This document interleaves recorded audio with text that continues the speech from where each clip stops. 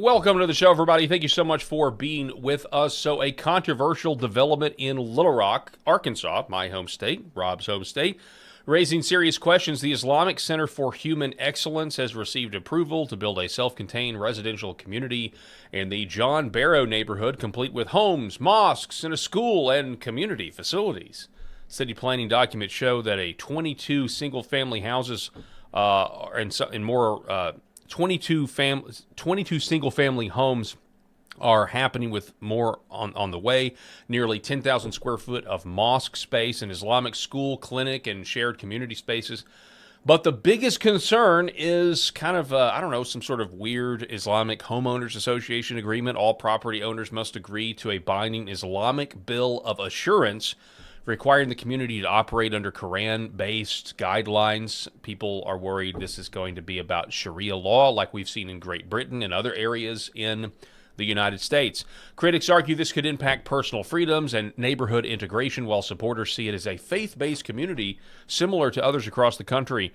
So we're going to highlight this today on the program. We're going to talk about it. It looks like America has lost a war in a lot of different places in this country. We're going to talk about what's going on with the H-1B visas in Texas, a huge report about that. But first, we're going to talk about what's going on in the little old Christian red state of Arkansas. And we're going to start the show right now.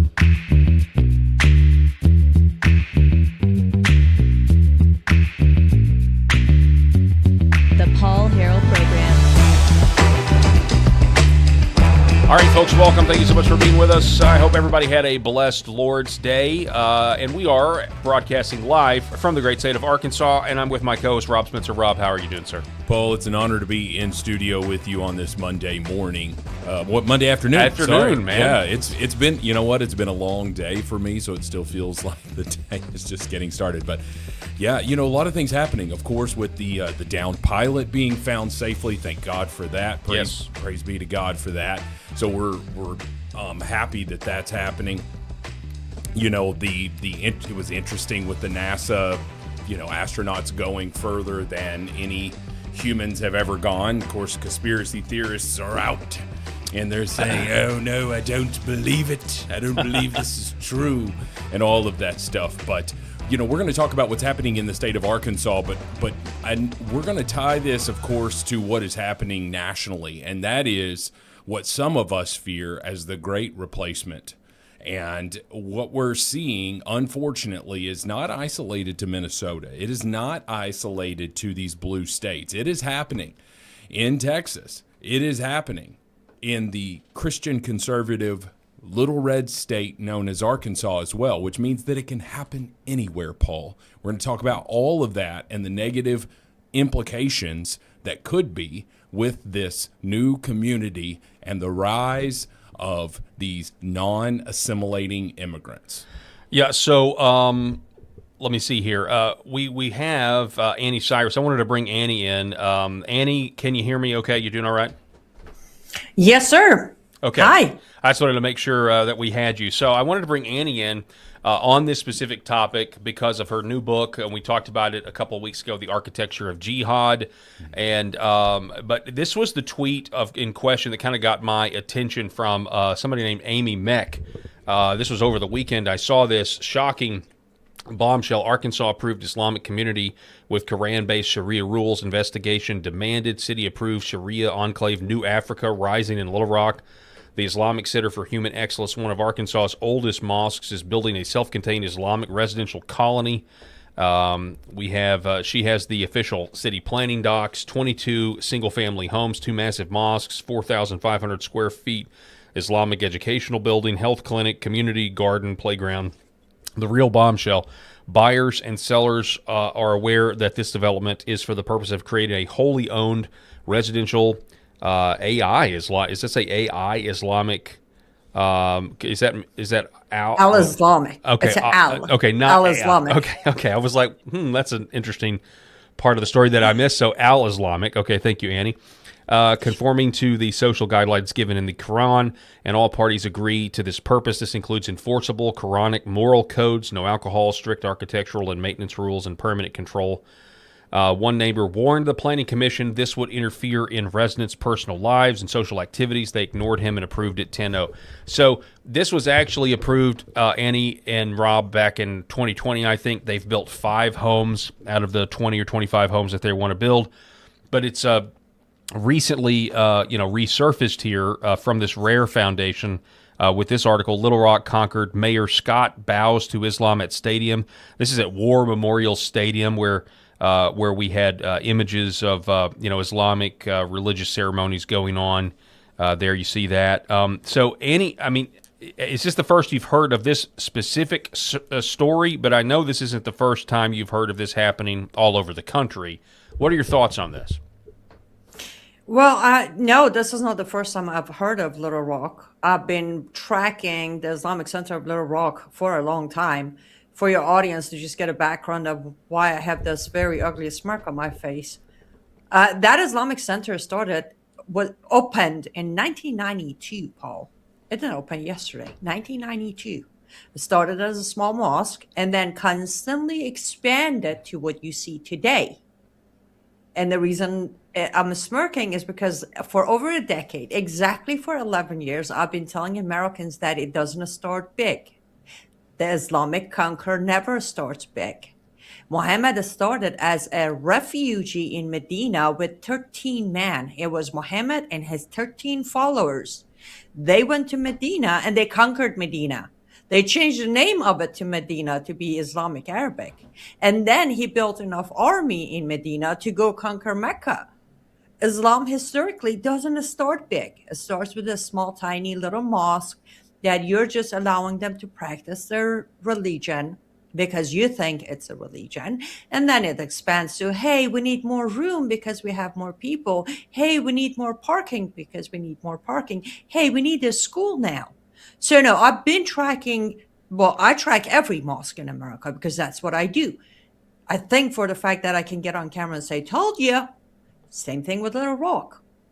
I earlier sent you a Substack that I released almost a year ago in July of 2025 when I did a map of completely conquered cities in America. And that list contains 18 cities. Not one, not two, 18 of them. And then I followed that Substack at the bottom with upcoming cities that are going to be conquered within a year. So by July, I need to do an update with those that have been conquered. And what you're looking at today is a completion of conquer. But here's the thing, since 1992 until today, publicly, this Islamic Center told us what they're planning to do. And I'm not making this up. I'm going to literally turn this way to read off of their own website. Under their Who We Are page says, very simple, mission statement, to serve a diverse community and build a better future inspired by Islam. Would you agree they told us in 1992 what their plan is? But we decided not to listen because we still look at Islam as a religion, because we still think we should give them their First Amendment because Islam is a religion.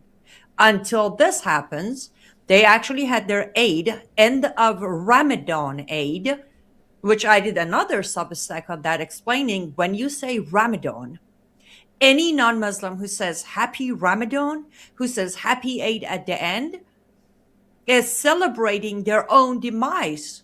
And I went over the whole history of it. Short version, Ramadan is the month that Quran was revealed to Muhammad. And that night is known to be rewarded for any kind of jihad 10 times fold and more. Therefore, you always see more jihad attacks in Ramadan because they get, I guess, 720 versions in Allah's heaven. So, I mean, Annie, I want to throw this up there too. This was another part of the tweet that I saw over the weekend.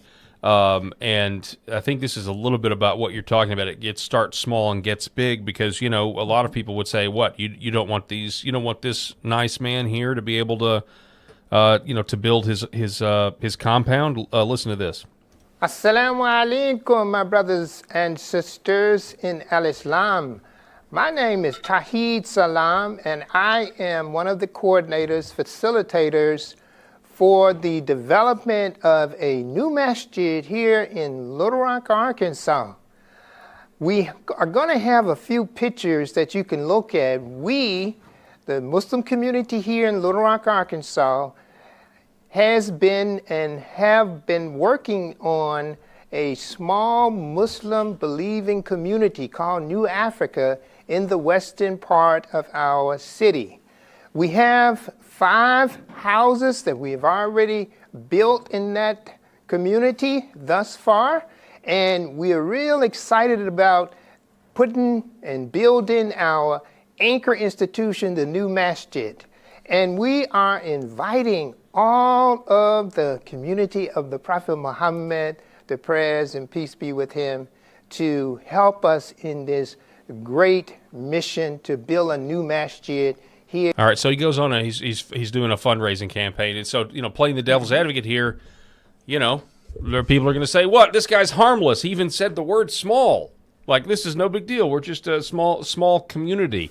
But I think the kicker is, these reports about, a Sharia-based community when it comes to, you're going to have to sign some sort of homeowners agreement, homeowners association, which Rob knows about those. He's in real estate. But it's not harmless, right? But people are going to say it's just harmless, and we're all bigots for being worried about it. Well, no, we're Islamophobes. Don't get that mixed up. Yes. We're Islamophobes. Yes. Well, since we're getting a good kick out of this, let me just tell your audience, maybe you know, maybe you don't. Like, one of the simplest qualifications for a home to be built that is Sharia approved is actually the direction of your bathroom. Did you know that? If your bathroom is built the way that your back will be to Mecca, you need to rebuild that bathroom. Because under Sharia, you cannot use a bathroom unless you're facing Mecca. How ridiculous is that for a religion? You want to explain to me how is that religious? I've got so many questions. Like, what if you stand versus you sit? Like, does that apply to both number 1 and number 2? You cannot stand. You cannot stand. Okay. Man, woman, it doesn't matter. You have to sit. You have to step in with your left foot, not right. Okay, so and I can't What get over the that. hell? Okay. Oh, don't get me I can tell you just a bathroom. And we're not talking about a shower or the washing sink, just the toilet itself. I can give you 2-hour lesson on how Sharia approves of you using your toilet, because it's such a religion.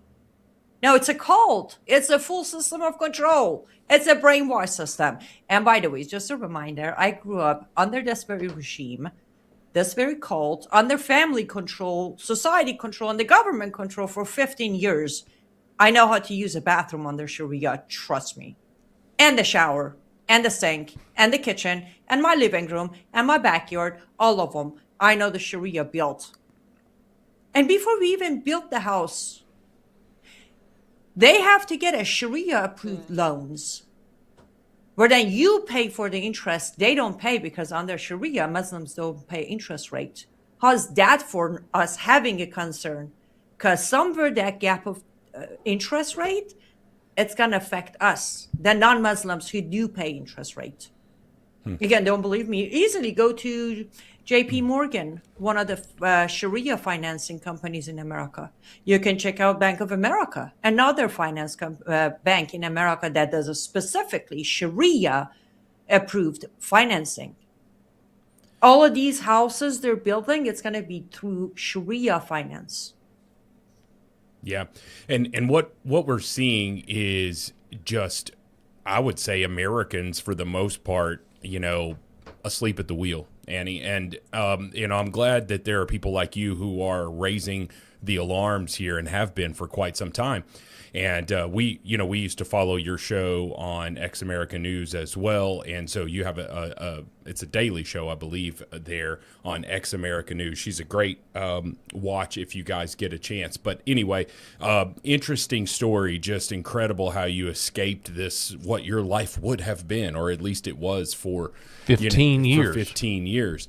And escape this. And so you've got a very interesting perspective on it. But what we're doing here, excuse me, is we just continue with this whole diversity is our strength, and that's exactly what we need. We need all religions and all of this stuff. And you're just like, when in the history of the world has that ever worked? There is always a downfall. It's going to happen. And we are witnessing it, whether we see it with our own eyes, me and you and Annie, or our children. We're witnessing this downfall if there's not a change in direction. We're looking at what's happening in the European countries right now, and we're saying, oh, Western Europe is lost and all of this stuff, and you're just saying, it couldn't happen here. It is, folks. It is happening here. And we're seeing it even in these little Christian conservative states that you would think has some sort of barrier around it. Yeah, I mean, look at Texas. We're going to highlight Texas here in a minute after this interview with you, Annie, about what's going on with the HB1 scam. But Attorney General Ken Paxton posted this, breaking, I am taking legal action as part of a landmark investigation into an alleged effort by the Islamic Tribunal to impose Sharia law on Texas. This is America, and we will not be governed by Sharia law. So again, we know it's been going on in Texas for a while. I mean, and this is what's so weird. It's not even just Muslim enclaves or Indian. You also had in Liberty County, Texas. I don't even know if this is still going on, but you had the Mexican drug cartels buying land and setting up their own communities, somehow independent of, or at least that's the idea is that they're going to be independent. I mean, we read about the no-go zones in Europe for forever, and we see where that gets you. Europe, specifically the United Kingdom, is a conquered country now. And the only thing that stops, the only thing that would reverse what's going on in Britain is an actual revolution at this point. Like, that's where they're at, because their politicians are going to put them in jail for speaking out. Right. Like, that's their only option at this point. We still have the ability to end this stuff if we just would have the will to act. Yes, and by the way, Dallas, Fort Worth, Texas is on my list from July of last year. I think it's my number 5 or 6 on the list, which I received a lot of backlash from. You have no proof. I'm like, I do. I mean, it's in the article. That's my proof. But then they had to wait until Epic City blows up in their face to believe me. But Rob, I agree with you. I love diversity in America. And let me boast here for a minute. I'm diversity. I am. The Middle Eastern Persian girl who has a hint of accent when speaking English, but can also introduce the Persian music and culture to America. And we got great food, by the way. If you haven't tried Persian food, you got to try it. But there is a definition. I strongly believe in America, one of the things they did very successfully was dumbing down the society. So we don't look for the real definition. We take the definition from whomever feeds us the definition. Diversity is not opposing the host country.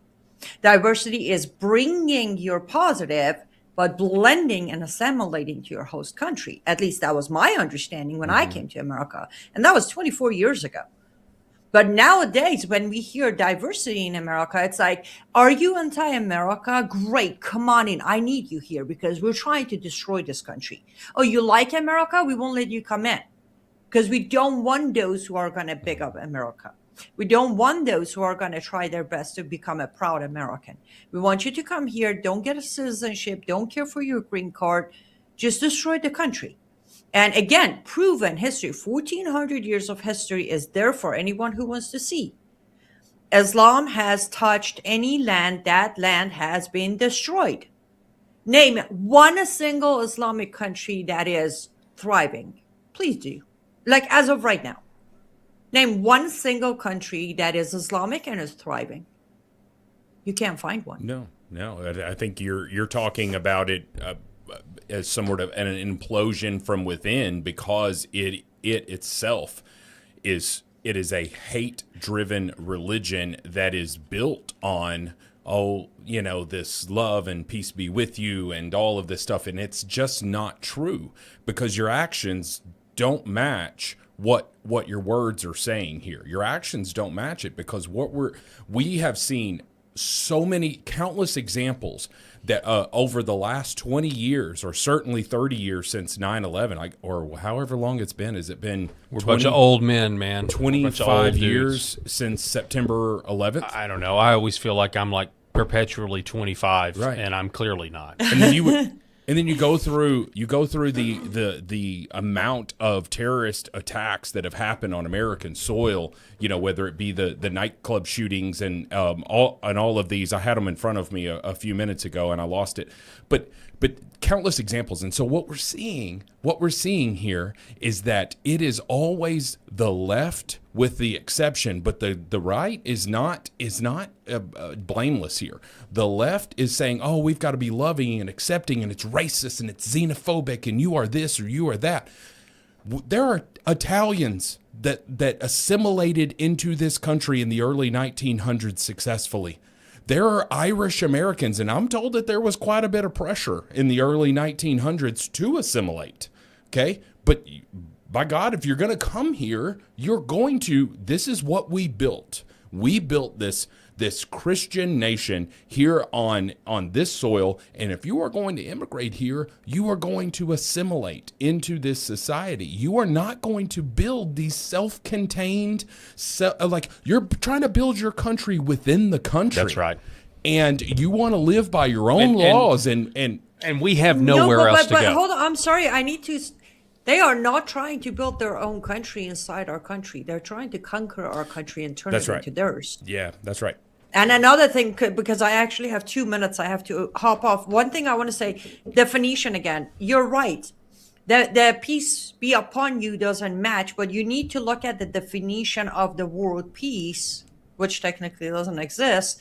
But the word peace in Islam is not what you consider peace.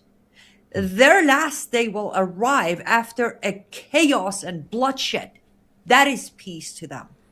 So, yes, when they say peace be upon him, being their supposedly prophet, the meaning behind that isn't the internal peace that we receive from our Lord and Savior. No, that is the chaos that he has ordered them to create.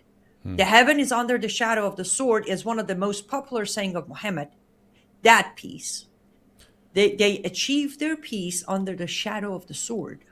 So their action does match their words, but the definition for us Western countries and free worlds, it's very different. Hey, I know you have to go, Annie, but I do have one question. I know it's a loaded question. I know you're not for boots on the ground when it comes to what's going on in Iran, but do you think this thing is going to end anytime soon? Where do you see it going? I also know you follow the news really closely on this. I'm praying it doesn't spiral into World War III, and I know you got to go, but if you could give us a brief answer, I'd really appreciate it. Of course. I don't think this is going to end anytime soon. Iran just rejected the ceasefire through Pakistan, and we heard President Trump today saying he's kind of unsure on which end we go.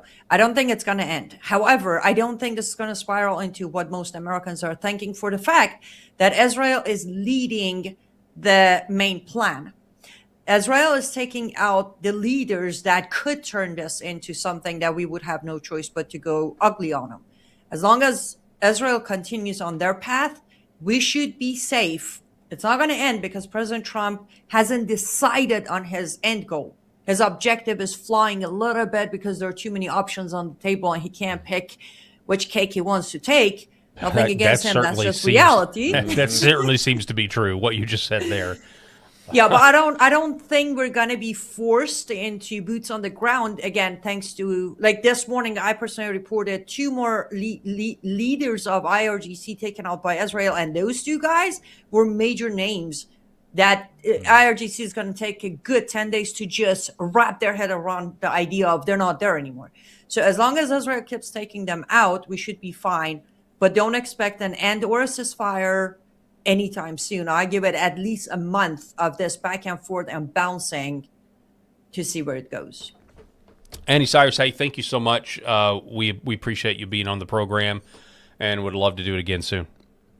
Absolutely. My pleasure. You guys stay safe. And to your audience, if you really want to understand everything, we just squeezed in 20 minutes, pick up a copy of my book, Architecture of Jihad, on Amazon. you be shocked how much you don't know, and you be happy how much you'll know by the time you finish reading it. Yes, absolutely. Absolutely. Thank you so much, Annie Cyrus, everybody. Again, the book, Architecture of Jihad. We had her on about 2 weeks ago to talk about specifically her new book, and just specifically how the political and the immigration kind of work together here. And her story from Islam to Christ. I mean, she's a Christian now, and how she immigrated, and she had 100 lashes over the course of her 15 years there in Iran.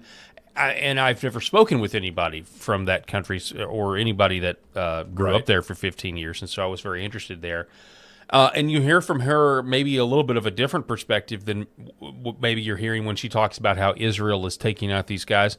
We also hear that, and I wish I would have had her on longer so I could have asked her that, because you also hear, hey, look, Trump's negotiating with this person to try to end the war, and then Israel takes him out. And now the negotiations start over. There was a talk about a 45-day ceasefire. Now that appears to be dead in the water. And so I would like to know. I mean, I think both of those situations could be true, but I appreciate what she said about President Trump. He hasn't decided what he's going to do yet, because covering this war is like covering a schizophrenic. And I don't mean that as like, it's just a journalist standpoint. That's just what it is. You hear one thing and then you hear another thing. I understand all these could be a tactic here, a negotiation tactic, or trying to keep people guessing, but it's working in terms of it. If the goal is to keep people guessing based on public statements, it's working, because I honestly can't keep up. Yeah, so. and to Annie's point there, she's estimating. Now she's estimating with it's an educational. It's an educated guesstimate that she is making there, but essentially, where her strength is, and again, if you follow her, she is just a great follow, because she talks just really in depth about the sort of Middle East politics and how the countries interact with each other. She was talking about a story just about how negotiations, behind the scenes negotiations, happen in the Middle East versus the Western world, and how it is just so incredibly interesting to me to listen to her talk about that. And I think I'm also drawn to her stories and the way that she puts that stuff out there, because she lived it. Yeah, she lived it, and she was in Iran, escaped that regime, came here, assimilated into the United States, became a Christian, certainly not a Muslim, and you're just like, okay, well, that's what you want. If you're talking about people that come here, just how we started the show, and this is Islamic Center that we're facing here, in the state of Arkansas. I keep going back to Ellis Island and the level of assimilation. You had people that were coming across the ocean on these boats that did not speak English. Do you think that was the case for long?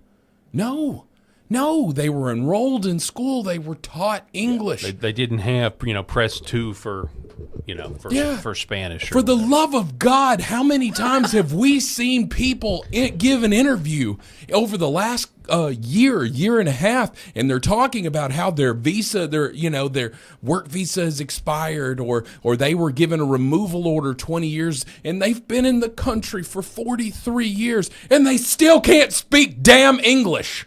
What is wrong with you? You're talking about you came to this country and you can't even speak English? This is an English-speaking country. And the fact that we are trying to gloss over that, Paul, that is going to be our downfall, because it starts with acceptance of, well, not everybody speaks English. So, what do we got to do? We need to do Spanish. Mm-hmm. We need to do it in Portuguese. Mm-hmm. We needed to. Well, we've got these. I don't know. All these Arabic languages that come in. Like we got to. Where does it stop? Where does it end? I mean, it ends with just not having a country at all. Annie has an accent. But she speaks perfect English. What are you talking about, man? Yeah. No, you're right. I mean, I think. And I don't know this, but I would just venture that Annie's story coming from Iran is a rarity. You know, with the case of El-Asai, I'm not saying there's not a lot of Persians who are grateful to be there. Matter of fact, there are a lot of Persians who are very grateful to be here. By the way, you know, a lot of people. One of the reasons I think this war is so much different than Iraq is because we have an IQ situation. I was reading this the other day. Like, Sure. you know, a lot of people assume, you know, because Iran has conventional weapons. We've talked about this. They're not Iraq. But if you looked up like the average IQ, I can't remember what it was. It was like the average IQ of an Iraqi was like, I don't know, 68 or 70 or something like that. The average IQ of an Iranian, according to reports, is like 104. And then they also, you know what I mean? That's a big difference. That's a big difference when you're talking about planning, military, you know, and that sort of thing, technology, all of that stuff. Well, Patrick Bet David, you know, is incredibly intelligent Iranian. You know, obviously Annie's a published author. Yeah, you know? right. I mean, her intelligence, Patrick Bet David's intelligence, not in question whatsoever. But when you're talking about these, I just want to keep beating this drum. If immigrants are not coming here to assimilate, then why the hell are we letting them into this country? Yeah. It's just as simple point. as that, Paul. It's a great, yeah. You're exactly right. So, kind of digressing from the war and everything going on there, we'll pick that back up with President Trump's comments. Obviously, you already mentioned it. You know, praise the Lord that this pilot, or both of the pilots, because on Friday when I talked to you, we had one pilot rescued, Yes. one pilot on the ground. Yeah. The pilot was found and is, according to reports, safe. Okay, so praise the Lord for that. Very, very thankful for that. Yeah, Pete Hegseth gave an account of how that went. Yeah, I mean, there's a lot of different accounts about how it went from our side. You know, there's also other accounts out there again, this is very difficult. This is a very difficult thing to parse. I do believe that the pilot is safe, and I'm thankful for that. President Trump is, you know, weighing right now whether or not to bomb potentially civilian. I've got it muted, brother, if you got to sneeze. Bomb infrastructure that are, I guess you could say, has military strategic value, but could also potentially affect the civilians. Like right now, that's a debate that's going on. Like if he bombs them back to the literal Stone Age, now what do the civilians do? Then there's the allegation. Okay, well the civilians are just wanting the regime to go away. But it's also a giant country. This is a giant country. This is a country the size of Western Europe. So this is why I am like, end the war. Like, find an off ramp and end this thing. End it. I am. This is just my opinion as an American, as somebody who voted for President Trump because I did not want to go to war with Iran. Specifically, that's one of the reasons I voted for President Trump, is because I didn't want to go to war with Iran. And now we're here, and I just want this thing to get over with. I want to get back on the domestic agenda. And by the way, that is why we started the program with, you know, talking about what's going on with Muslims in our little state here of Arkansas, or what's going on in Texas and that sort of thing. And now we're going to talk about what's going on with the H-1B situation, because it's not just civilizational clashes with Islamic countries. We're also talking about civilizational clashes with India. And what's going on in Texas right now is pretty incredible. There's a guy by the name of Tyler Oliveira. Okay. Am I pronouncing that right? Could be Olivier. I don't yeah. even see it on the screen, so I don't know. Oliveira, right there at the bottom there. You see that? Okay, yeah. Okay. So this has gone viral. Okay, He posted this yesterday. It has gone viral. It's already up to it's at 44K. I don't know what it is now. Or that's just thumbs up. I don't know what the views are actually. Almost 1 million views. It's certainly over a million views at this point. And it's just on YouTube, or is it's he on posted X as well. Okay. It was doing very well on Yeah, X. it's really hard to get views counts when you're talking about cumulative scores. Yeah, but here it is. I want us to play a little bit of this because it's an hour and 12 minutes, but it's front loaded with some really great stuff at the beginning. Listen. This is Frisco, Texas, a once quiet farm town turned home to one of the largest and fastest growing Indian communities in America. Where are you from? India. From India. I'm from India. South India. I'm an H1B. I'm into IT. Motherland India or Texas, USA? Obviously, Motherland India. Obviously, Motherland India. As the Indian population exploded from 3% to 33% of the population since the year 2000, many Texans are outraged, declaring there has been an Indian invasion. But how are all these Indians coming to Texas? And is Frisco the only town in Texas where Indians are seemingly spawning out of thin air? I pulled up to the Frisco Town Hall meeting to witness the clash of heritage Texans and their new Indian neighbors. Do we need more or less H-1B people here? We need a lot less. Why? I got laid off 20 years ago. I worked in IT. I have 2 master's degrees. I was making over $100,000 a year. They said, you're too expensive, we're going to hire Indian. But I haven't been able to find a job in IT since, and it's really sad. And you know what? I don't have another home in India. I don't have another home in Bangladesh. I don't have another home. I can't move to Somalia. I won't be able to live there. I'll die. This is my home. The devil would say, well, you're racist. That's racist. According to the devil's dictionary definition of the term, I am racist. There's been a takeover in Frisco of the Indian population and a lot of concerned citizens, and I'm leading the way. According to the devil's dictionary term, which the devil's dictionary wants everything to be racist, so people can't have their own country. And I made this because corporations own Frisco. I'm a lifelong Texan turned T-Mobile whistleblower. I started talking about H-1B because T-Mobile uses H-1B to employ foreigners while they're laying off Americans right down the street. You know, the Indian population in Frisco has exploded 33% of the population over the past 20 years, a 4,510% increase. And you know, there might be a lot of people here that are coming here legally, but there also seems to be some red flags with the H-1B visa program. And the question is, are Indian people using that to bring people over? So you're telling me Frisco's turning into Little Mumbai at this rate? That's what people like to call it these days. I'm America first. I'm pro-American. USA. USA. I think it's a good sign. People whoever has done the fraud, they should be brought to the justice. And I'm now running for the Justice of Peace in Texas. Justice of Peace. What's your name? Martin Paretti. Martin Paretti. Yeah. I want everybody enjoy the life, but at the end of the day, we want to do it right. My beef isn't with the Indian people. It's with the system that are allowing them to do what we are experiencing here. Is there sufficient talent in America? Do we need infinite H-1Bs, so to speak? We do have enough talent in America. Okay. We strongly believe because, you know, the Americans landed on the moon when all of these H-1Bs even born. To be fair, we did borrow a few Germans. You see, we got a lot of natural citizens also became Americans, right? So they're also getting laid off. Do you think there should be a strong limitation on the number of H-1Bs? I am advocate for the limiting the H-1Bs. India is a great country. We respect pluralism, and most of Indians, they enjoy the American part of the American society.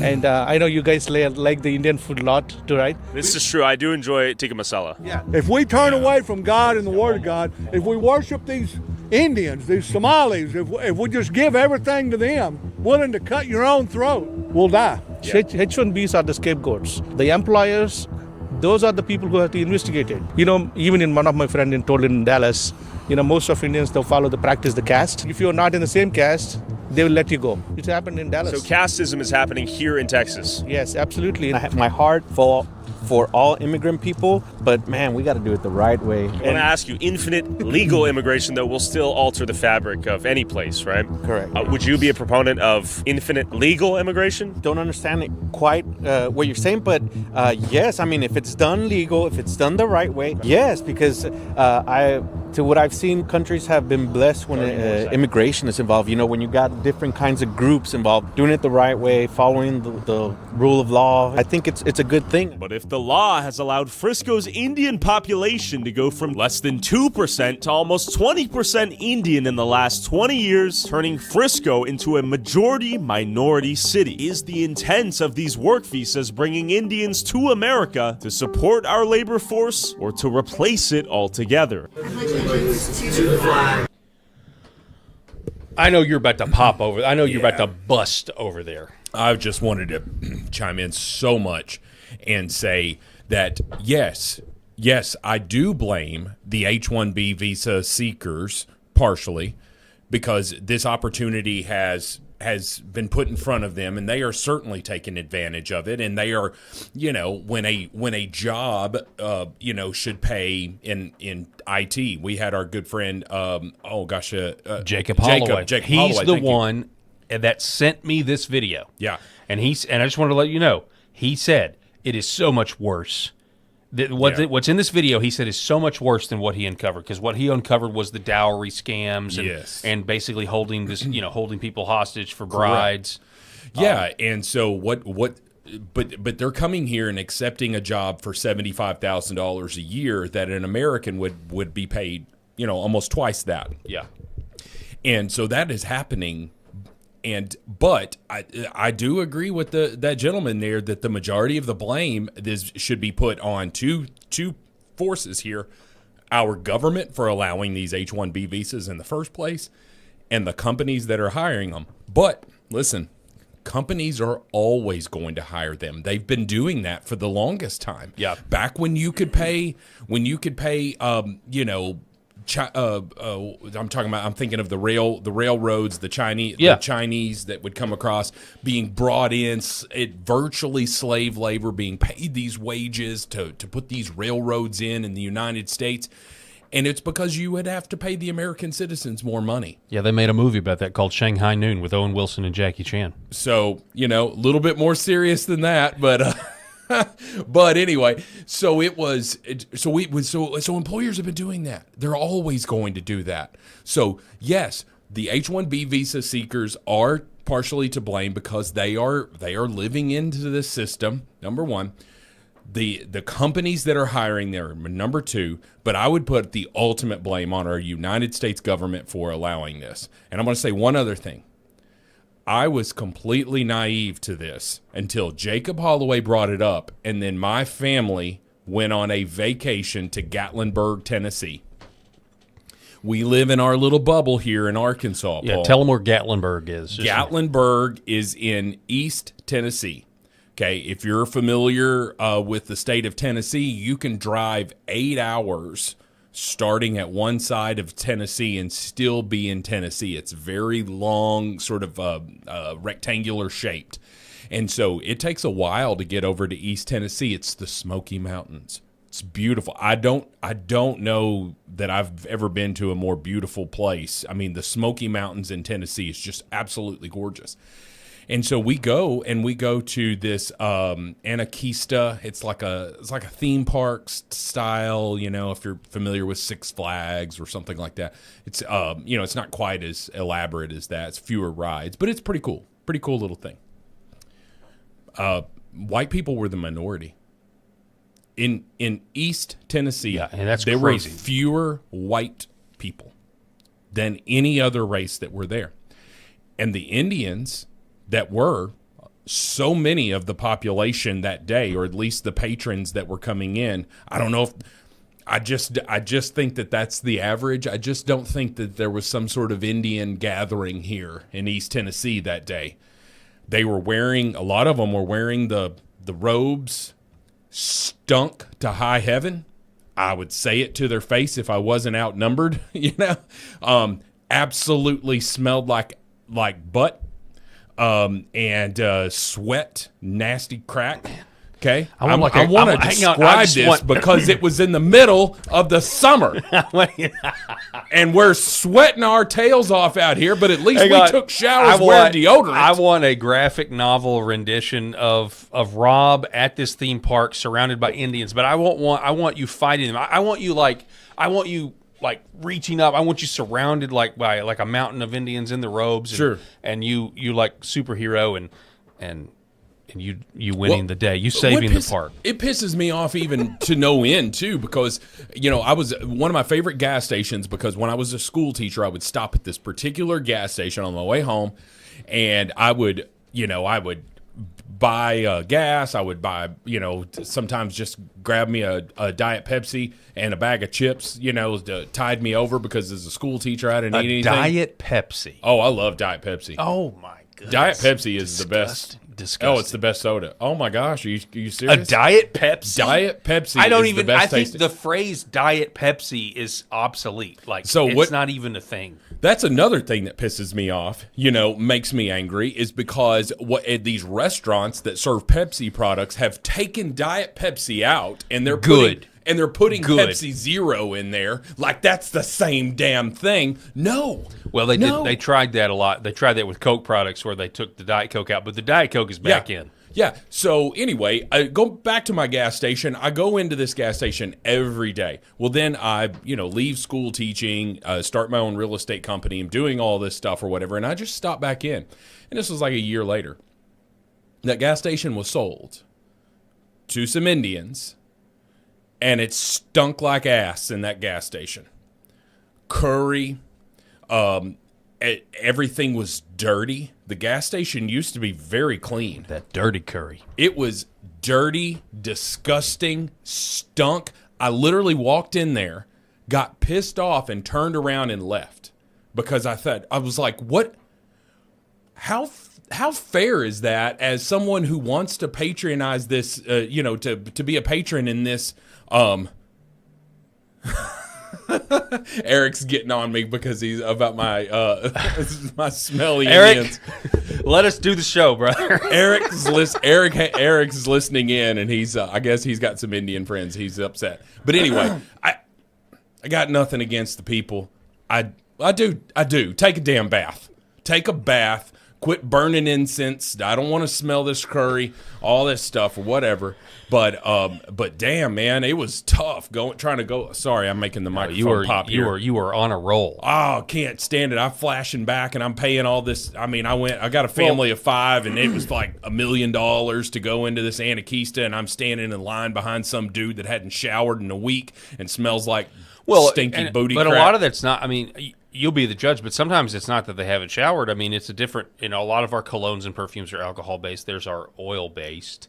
Yes. And so you may be smelling the way that they're supposed to smell. No, it's ass. Well, yeah, you may be right there, Paul. Well, I mean, have you looked at smell ass? Have you looked up what happens with feces in that country and everything else? Yeah, I mean, it just runs through the streets. Yeah, and I mean, all that stuff. It's very unclean. Mm-hmm. E. coli, basically, everywhere. I absolutely understand that. I just know what ass smells like, and that was it. Well, it's the point is our country. You talk about demographic replacement, and we talked about this, I guess, before the show started. But we are in the midst. I mean, this is the truth of the matter, and a lot of people are upset about this. We are dealing nonstop with these headlines from Iran. Are we going to do this? Are we going to do that? Or whatever.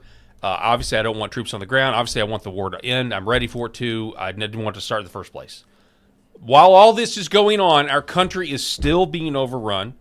And you mentioned if it's the employer's fault. Yes, this is on the Trump administration to fix, to go after the employers. Yeah, businesses are always going to do it. We still need mass deportations. We need to end the H-1B. We need a moratorium on all immigration, whether obviously illegal but also legal, until a time that we need more people to come here. But that's not what we're getting right now, folks. That's not what we're getting. Let me be clear. We are not getting that in the numbers that we need to get it. Correct. We have a secure border. That's fantastic, right? We're all concerned over these. I'm just sick of it. I'm sick of the headlines of what's going on in Iran. I want our troops to be safe. I want us to come home. But in the meantime, what's happening here domestically, and people are living it. We have an affordability problem. We have a real estate market that you'll probably know more than me. But like, there are people in their 30s that are not buying homes right now, and they haven't ever bought a home, and they're not buying because the prices are insane because the affordability is so much. But if we had things like mass deportations, or we had things like getting rid and reversing this H-1B nightmare, guess what? All of a sudden there'd be a lot more demand. There'd be a lot more homes available. Now, you correct me if I'm wrong, but prices would theoretically come down. They would become more affordable. Not to mention the Federal Reserve and the interest rates and Jerome Powell. So many things. Not to mention the Intel oligarchy. I mean, most of our shows center around why aren't there any arrests? What's going on? We're really going to be up the creek without a paddle if they get back in control and the Intel oligarchs come back in, because they're going to come at us with a vengeance. But on the other side of things, we are being demographically replaced. It is a fact, and now they deny it. But the left actually wrote articles about why less white people is going to be a good thing about 10 years ago. Like, you can go see them write their articles about how less white people are good, and now that everybody's hip to it, oh, by the way, no, that's a conspiracy theory. The Great Replacement isn't happening. When it's happening in literally every first world country on the planet, it's happening. Well, I mean, by some estimates, as early as 2040, so 14 years from now, the white population here in the United States will be a minority. Okay, the Hispanic population will have taken over at the current rates here. Now, I somebody would break that down and, that's too broad, Hispanic versus white or whatever, and I'm like, I mean, when you go and you're looking at crime statistics and all of that stuff, and that's another damn thing, Paul, that pisses me off, is labeling Hispanic people who are arrested as white. Yep, the AP did that with George Zimmerman. He was the first. They created the term white Hispanic when they found out it wasn't a white guy that had killed Trayvon Martin. You can find that like all over the internet, all of these arrests where people, it's just like Hector Gonzalez and all of the Jose Ramirez or whatever, and it obviously is a Mexican or a Hispanic dude, and ethnicity is white, right? So our crime numbers are so freaking far off at this point. Nobody would even guesstimate it, because whites are being attributed to crimes that we didn't commit. I don't even know what my original point was. Well, just check this out. This in light of the YouTube video, again by Tyler Oliveira. We have this old clip of Greg Abbott that has resurfaced of him saying this. As long as I'm governor of this great state, Texas will be a land for the Indian community, a land for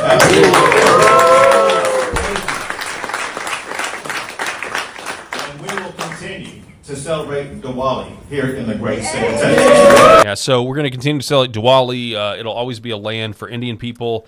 That's some expert level pandering there. No, it is. And, Raw Egg Nationalist, really quite something to hear the governor of Texas, the Republican governor of Texas, promise his state to Indians like it's their manifest destiny or something. Texas will always be a land for the Indian community. Insane. This is the type of thought process that's got to be purged from the Republican Party, okay? And by the way, he won 90%. He was, in the Republican primary, the Texas Republicans I went 90% for Greg Abbott, right? Sure. Yeah, he's a popular figure. But it's this, and the people that are around President Trump that agree with this, and there's plenty of them that agree with this. Yeah, and it's our demise. Let's talk about this, Paul. Why do they agree with him? Because of Republican donors who own businesses and hire this cheap labor. And then the broader, more evil idea is, like we've talked about, the American middle class is the only class in the world that believes in free speech and privacy. And once the American middle class goes away, and it's given away to third worlders or Somalis that give generational wealth with fake businesses called the Islamic Center, there will be nobody to stand up and say, actually, I have the freedom of speech to say this. Look at what's going on in the Netherlands or in Finland. They just jailed somebody. The Supreme Court just ruled that this lady's got to go to or going to be fined because she said something about she posted a Christian biblical perspective on, I can't even remember what it was on because I'm blanking right now. You can't. Freedom of speech is dead in Europe. Freedom of speech is dead in third world. The only place it's even alive is here, and if it were up to the majority of the people that are our elites, they don't care. The very, very poor in America don't care. It's only the middle class that actually care about the Bill of Rights. That's it. Yeah. And so all of this is by design to essentially bring back slavery. Well, in the American middle class, as we all know, are the ones that fund the world. They certainly fund America, and then they fund all of the charity that we give out through, it was the slush fund known as USAID, right, where we're sending billions and even over the course of many years, trillions of dollars of American middle-class taxpayers' funds out of this country. Meanwhile, we are taxed at higher rates. We have to suffer higher prices because of the influx of all of the people coming in, sucking resources off of the United States that the American middle class pays for, and then all of the money that goes out to fund these forever wars and all of this BS that we see from the United States in $38 trillion worth of debt, giving money to poor countries. We got poor people here in the United States, Paul. That's right. There's tons of white people who go to bed hungry every night because they can't afford to feed themselves because they are overtaxed, underpaid here in the United States. And the liberal mindset of, oh, pay them a living wage, you don't understand. That does jack crap if you are allowing Democrats to tax you to death. No Democrat has ever lowered taxes, at least in the last 20 years since the Democrat Party went insane. Probably not since JFK has a Democrat lowered taxes. Correct. It is not in their playbook. We saw what happened to him. But they stand up there with the stone-cold face spouting their bull crap saying, we're going to make your life more affordable. They're riding that crap all the way into the midterms, Paul. You know it. Our listeners know it. They're going to try to ride. The Democrat Party will make things more affordable. I agree. And that's what we do. And here's the deal. And here's the deal. People, I mean, there's going to be people that are going to criticize those of us on the right that are bringing up that things are tough right now, right? Well, I mean, what did they do for 4 years? No. When they talked about the affordability, they were like, oh, it's because of Trump and his botched No, you're exactly COVID-19 right. response. And we can diffuse their arguments all day long in terms of, like, they're not going to do anything they're going to make the affordability crisis worse, right? Oh, my God, 100% they are. But, I mean, all right. Okay, a year ago today, you know what I was talking about a year ago today? I was talking about ending the IRS. You know why I was talking about ending the IRS? Because President Trump was talking about ending the IRS. Yeah. Because Elon Musk was exposing magic money machines within our agencies, these magic money machines that could just deposit money anywhere in the world, created out of thin air. Elon Musk was talking about that. President Trump was talking about the Doge giving everybody $5,000 checks. We were talking about ending the IRS because the revenue with tariffs are going to be so great that the IRS, the Internal Revenue Service, was going to be transformed into the External Revenue Service. This is what we were all talking about a year ago. And we're not talking about that now. We're talking about a war in Iran, and we're talking about really high gas prices. It just is what it is. I'm not trying to be negative.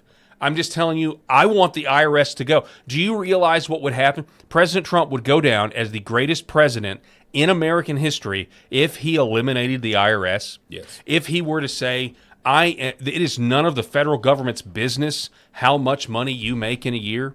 It would be the greatest transfer of freedom from the government back to the people since the American Revolution if the IRS went away. And we were talking about that. The President of the United States was talking about that, and he still, I think he mentioned it even maybe a month or so ago. Yeah. But where is that? Where is it? And if the midterms are coming, it should have happened 6 months ago. Well, I'll tell you who's going to be against it, Paul. Okay, if we want to get the Democrats on our side, they're going to be screaming. They're going to be screaming acceptance because the billionaires, the people who don't pay taxes, the Jeff Bezoses of the world. The reason he doesn't pay taxes is because he doesn't pay himself any of his wealth. He has a salary. I don't know if you guys know this, but Jeff Bezos, the owner of Amazon, pays himself $1 million per year. Dude's worth $250 billion, but everything is a tax deduction. So on that $1 million, he's not paying taxes on it. Yeah, he does. You know, there's at $1 million, it's probably in the 40% tax range, somewhere around there. He's not paying $400,000 in taxes because everything is a deduction against him.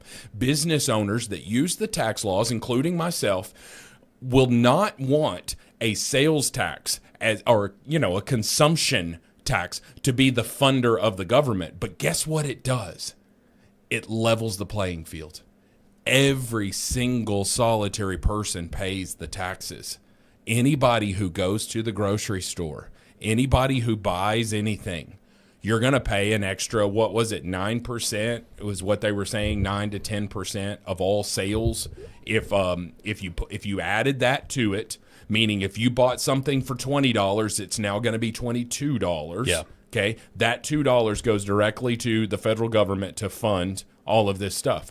Everybody pays it, no matter what. A 5-year-old kid buying a stick of bubble gum is going to pay the same percentage of that tax as the billionaire who buys a plane.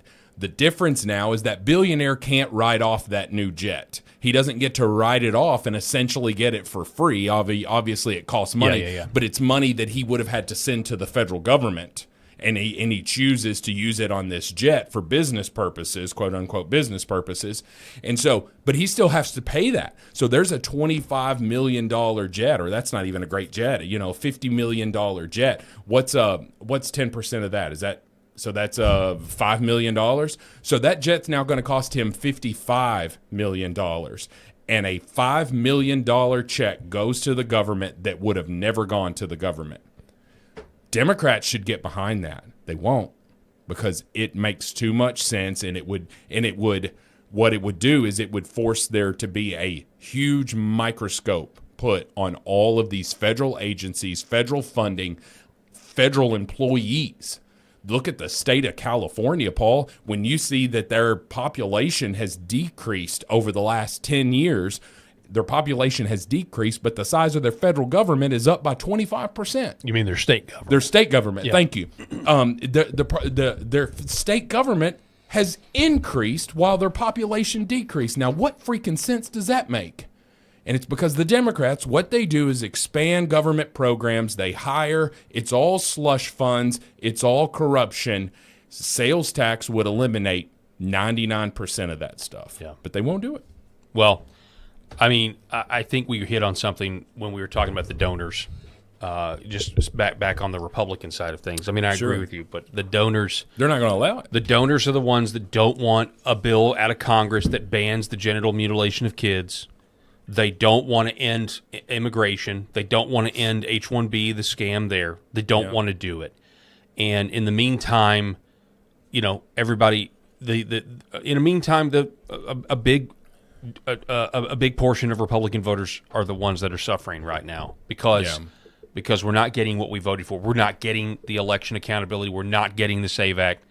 And the Congress doesn't want it because the donors don't want it. And that's if we ever needed like a slew of America First billionaires, boy, do we need that right now. We need somebody that we need somebody to fund the movement that actually puts this country first. Because I mean, because President Trump is surrounded by people telling him to do the opposite of what he campaigned to do right now. Yeah. I'm convinced of that. Constantly telling him to do the opposite of what a lot of American people want right now. And so, I mean, Pam Bondi's now gone. That's good. That's a big deal, but we still got to figure out with this whole Todd Blanche situation. And there's an argument there too. Just going back to the sales tax thing, there's an argument that that's what would allow other countries to really manipulate our currency. Is all right, cool. Now there's no incentive for this company to stay in the United States. Let me go over here and produce it more cheaply. Right. Let this billionaire, going back to the jet, this billionaire buy this jet in, say, Guatemala, I don't know, wherever, and we're gonna be able to produce it more inexpensively there, and where they're not going to have to pay that United States. So there would have to be some sort of thing there. So I don't know. I don't know that it would work, but what we're doing right now is not working, folks. Yeah. We're on a sinking ship, and it's just like we keep just drinking water on this sinking ship. Yeah, so Eric Haynes, who's not with us, right now. He did say, I think you may have reached your smelly Indian people. Did you already read that? I already read that. Oh, yeah. okay. That's why I was trying to change it. Your 'cause I smelly kept saying- Indian people quota for the day. Yeah. Well, I've got my stories. I didn't share my story. I haven't reached my quota of the day.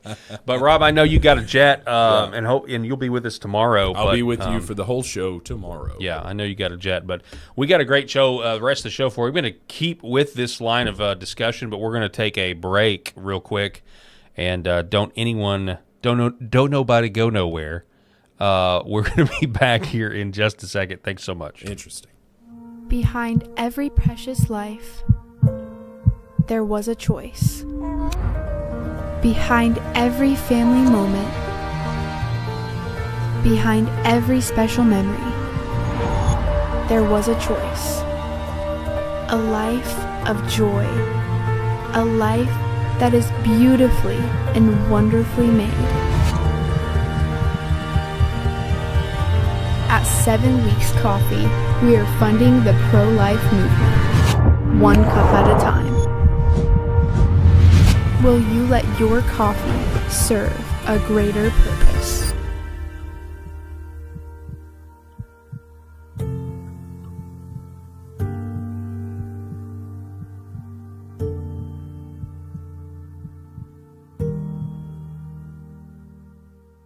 For centuries, light has been used to heal.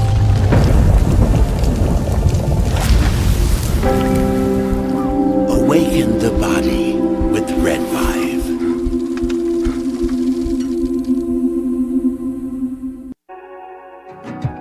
Why is Red Vibe different? What sets it apart? What sets us apart from the standard red light panels?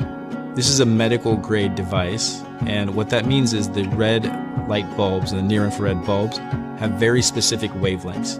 If you think about the wavelength as the medicine, the 635, the 670, the 810, the 850, those were specifically chosen because those are the most powerful effectors of the cells. So those specific wavelengths, when they get into our body, when they affect our tissue, they spike energy production, they help with nerve pain control, they increase stem cell counts. There's very specific mechanisms that those specific wavelengths work at, and that's the medicine. So if you think of, say, medicine as an Advil or a specific steroid or a blood pressure medication, the wavelength is the medication. The other part of that, whenever you take a medication, is dose. Right? So you have the medication. So if you take 1 milligram of Advil, and the average dose of an Advil is 200 milligrams to 800 milligrams, it's not going to work. That doesn't mean the medicine's bad. It just means you didn't take enough. Right? And so even if you have the right wavelengths, first you have to have the right medicine, and then you have to have the right dose. And to have the right dose, you have, in light therapy, you have to have enough energy. So you have to have a powerful bulb.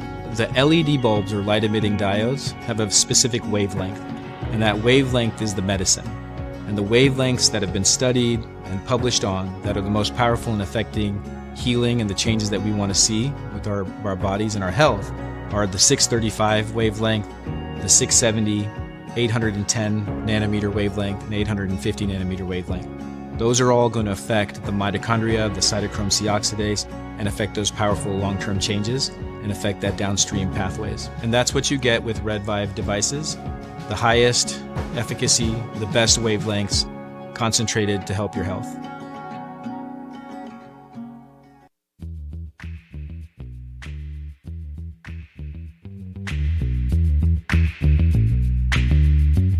The Paul Harrell Program. All right, folks, welcome back to the show. Thanks so much for being with us. We cannot do this program without you. We are broadcasting live from the great state of Arkansas, and you have me here on LFA TV. We're going to be here for the next 50 minutes or so. 49, 50 minutes, something like that. So we really do appreciate you being with us. Shout out to Rob Spencer. I know you're still listening. We appreciate you co-hosting the first hour. And shout out to Eric Haynes. I know he's listening as well. So we do have a little update. I know you guys are very frustrated with the chat right now. I know there's some trolls that get in there and make things difficult. I am aware of this, so I'm going to try to remedy this situation. I'm at least going to make the folks at LFA aware of the situation, see if there's anything that we can do on our end to monitor this when things kind of get out of control, because I know it's like running some people off and that sort of thing. I'm perfectly fine taking on that role. I need to gonna have to have the authority to do it in terms of being made an admin or what. I don't even really know what options are available, but I just set a reminder in my phone, and I emailed myself that I'm going to try to do that tomorrow when I get into the studio, and we'll do our best to try to remedy the situation. So just bear with us as we're broadcasting here on LFA TV. Also, want to remind everybody to go to, if you're watching this on my YouTube channel, Paul Harrell Program, please subscribe, like, share, subscribe to the video. We really very much appreciate it. We're trying to grow that channel, and we need your help to do it. All right, we're talking about basically mentioning these Muslim enclaves that have popped up. We talked about that last hour. One in Little Rock, and then, of course, we know what's going on in Texas. You know, we even mentioned the Mexican drug cartel enclave that popped up in Liberty County, Texas. And now we're kind of focusing on the H-1B because of this viral clip that it's an hour and 12-minute YouTube video, again, by Tyler Oliveira. I'm sorry, I have so much trouble pronouncing that today. But you see it there, and we're going to listen to a little bit more of this, and I'm going to respond. We are now 4 minutes into this documentary. Really fascinating stuff here by Tyler. This is insurrection. This is the overthrow of the United States government, which is why 20 million people walked across that border. I can't go to Somalia and live, or Mexico. This is my home, America. The H-1B visas, we don't need them.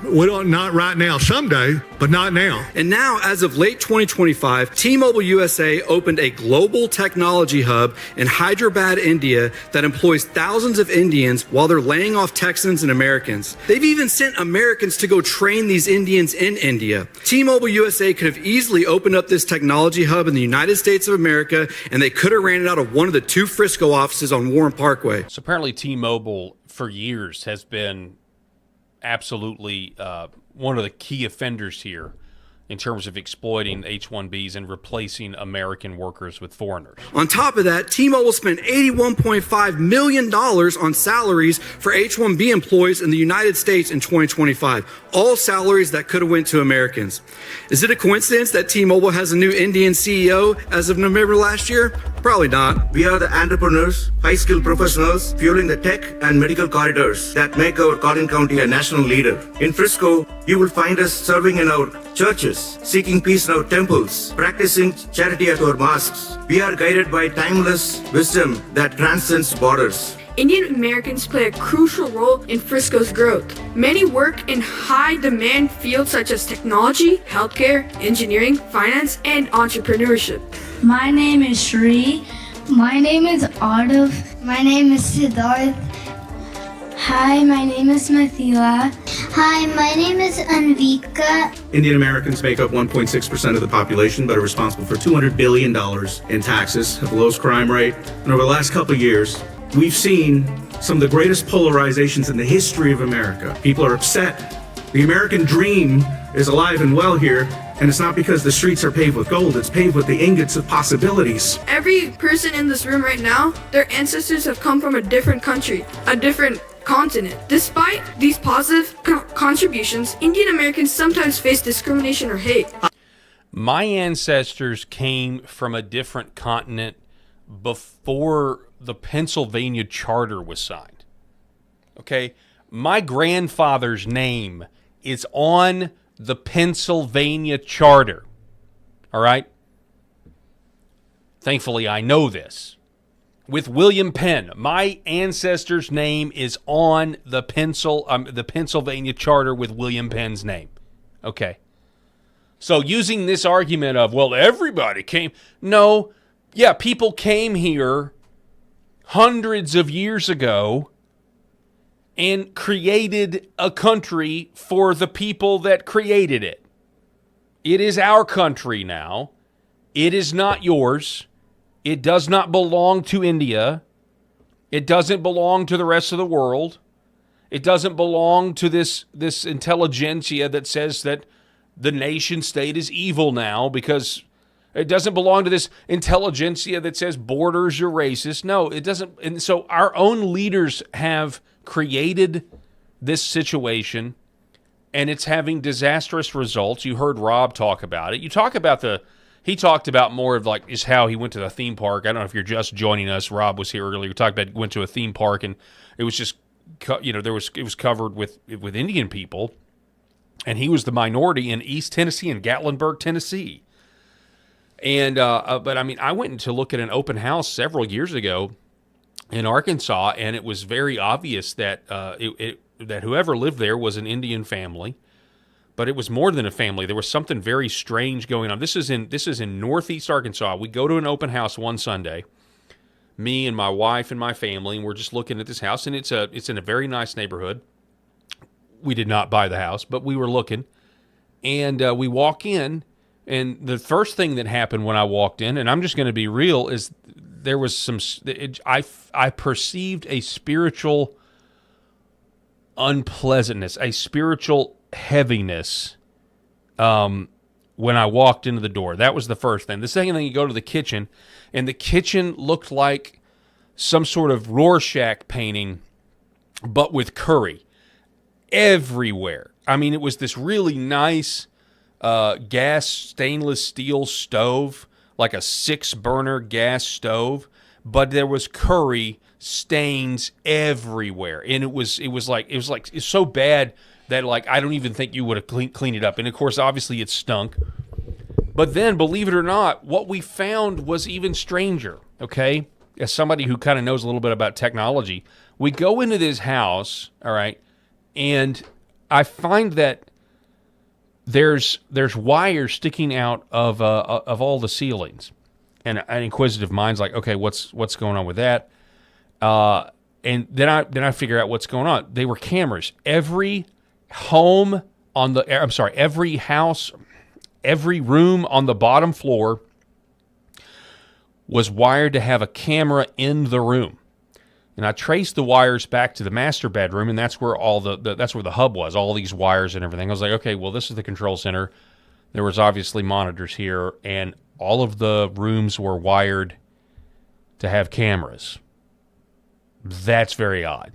Okay, so I'm like, okay, number one, I had like this real heavy spirit just thing when I walked in the house. Number two, all the rooms had cameras. And then we went to the room above the garage. When we went to the room that was above the garage, there was a vanity inside an alcove, but it was very small. It was like, I don't know, maybe like 1.5 feet small, and the mirror was at like ground level, to where the only way you could use this vanity would be if you were on your knees, and then you had 3 lights there. So that was odd. So somebody was trying to use this as a makeshift dresser of some kind, or way to get ready. But then there was this phone. There was a rotary phone with no rotary. It was a red phone. It was still like an old-fashioned rotary phone, but it had no rotary, and it had no buttons on it at all. It was one of those phones that when you picked up, it automatically dialed to a specific place. That was in this room. What I, to this day, believe that I stumbled onto, the real estate agent was totally clueless, was some sort of human trafficking operation that was going on in a very well-to-do neighborhood in Arkansas. And it was clearly Indian. So that's my experience. That's not to say, oh, well, you know what? I'm not going to qualify it. Because we got to qualify. I'm not qualifying today. Back to this story by Tyler Olivier. I urge the council and the residents to reject such a rhetoric that divides residents based on what or where they came from. Let me be clear here. There has been no credible evidence presented to any widespread H-1B visa fraud in this city. Today, the title of this video is I Exposed Texas's Indian Invasion, and it has gone viral. It's only been out for 24 hours. Indian families are living in fear. Replace it with reality. Unqualified Indian and Muslim workers scamming Americans out of jobs stealing tax dollars and destroying our nation in Texas. And the funniest part, if these were truly high-skilled Germans or Poles, we'd welcome the net positive. Instead, we get low-quality scammers with fake degrees abusing our systems meant for generational Americans. And America is an idea. It lives in the hearts of all of us. No. I'm sorry. No. America is not an idea. This is a joke. That's a scam that has been sold us. If America is an idea, then they use this to say, well, that means anybody can come here and anybody can be an American. And the truth is, no, that's not the case. Our soil isn't magic, okay? And it only works if the idea of being American means that you have no limits, that there's no decorum, there's no culture, there's no morality, that you get to do what you want, do what thou willst. If that's the case, then the idea of being American is really just some sort of repackaged Satanism where you don't have to submit to any authority because anything goes. Seriously, think about that for a second. Think about America as an idea. Think about what that means. It essentially is the New Age version of your truth is that truth is relative. Truth is relative. You do you, and there is no objective truth. There's just whatever your truth is. And so in that system, this country can be conquered by those, I'm going to become an American, but America has no limits on coming in and using our own freedoms or using our own constitution against the native population that lives here and has and are the very reason that people even want to come here in the first place. I mean, and even right now, we're living off of the derivative fumes of our ancestors, our American ancestors who were Christian men that had Christian convictions that supported things like blue laws, where businesses were forced to close on Sunday, that supported things like blasphemy laws, where up until 1930, it was constitutional that you could be punished if you blasphemed the triune God of the Bible revealed in Scripture. Until 2001, Texas had an anti-sodomy law on the books until 2001 in this country. Is America just an idea? No, America is an idea. America was a place with a people that had a common ancestry and shared a common language, as Rob was pointing out. Now we've even abandoned that. You remember how bad you were meant to feel growing up in the 90s when your parents or grandparents got upset over the fact that there were now people that weren't speaking any English and they weren't even learning English? We were taught, oh, that's very regressive. You're not being, but our parents and our grandparents were actually right on that. We were all being brainwashed into this pre-Barack Obama utopia that we all thought was possible, that we're past the civil rights movement. We're going to move forward, and we're going to move forward, even though people were still grouping themselves by themselves by race in high schools and stuff, and that was kind of but we still thought, yeah, we're going to get better. Then Barack Obama gets in and divides the country upon racial lines, like immediately, as soon as he gets into office. Like the most racist country in the world. This is the most racist country in the world. Barack Obama wanted to convince everybody.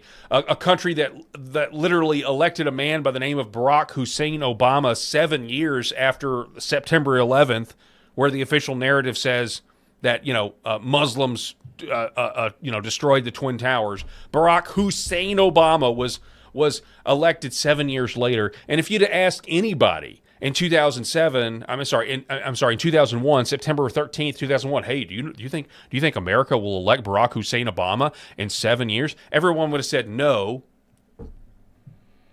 There's no way that'll happen. But the most racist country in America did just that.